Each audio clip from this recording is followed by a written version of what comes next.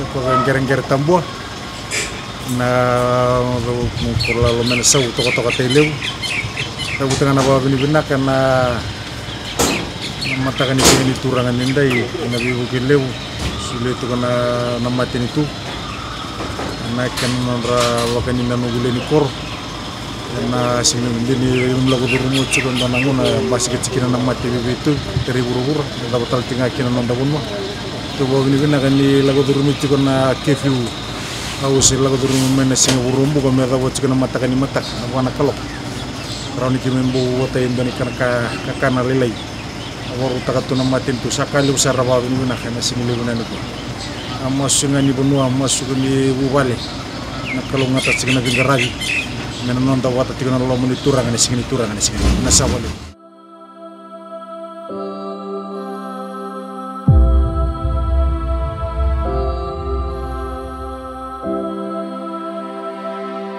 Just want to thank the government to helping us in this lockdown period because it was very short time for us to shopping and we are very thankful to getting this the ration.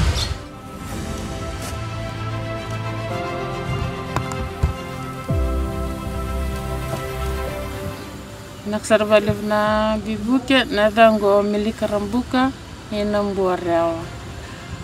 Oh, babin nakatavalив na bibuke na bukuni lenga yada chico. Amani bata boleh tunga mo sasanga. Kaya bibuke niyo babin nakatavalив ni yada mana bibuke na matakan bay.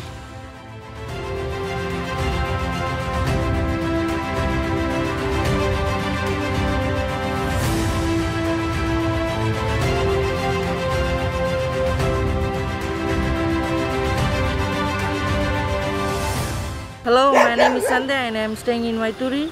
I'd like to thank the Fijian government for the food supply in these hard times of Fijian people. So, thank you so much.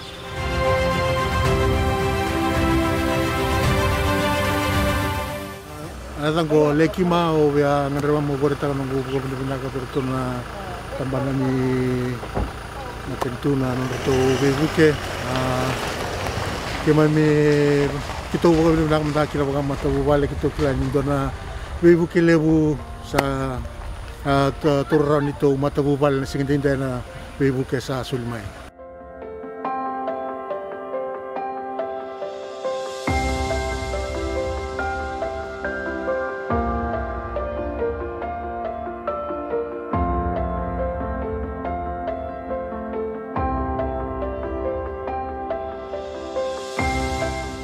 Natango abana simban walo awabin binak vale bona bibukin tamban matentu because nano asinrani uda kabarando na shopna lo madango gele buchuna lubrin ko awabin binak wana bibukin go rani kita misa tabikin nakvale.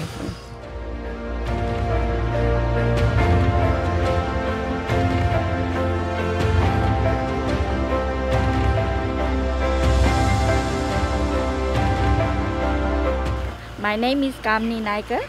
Thank you for the ration, Fiji government. Vinaka.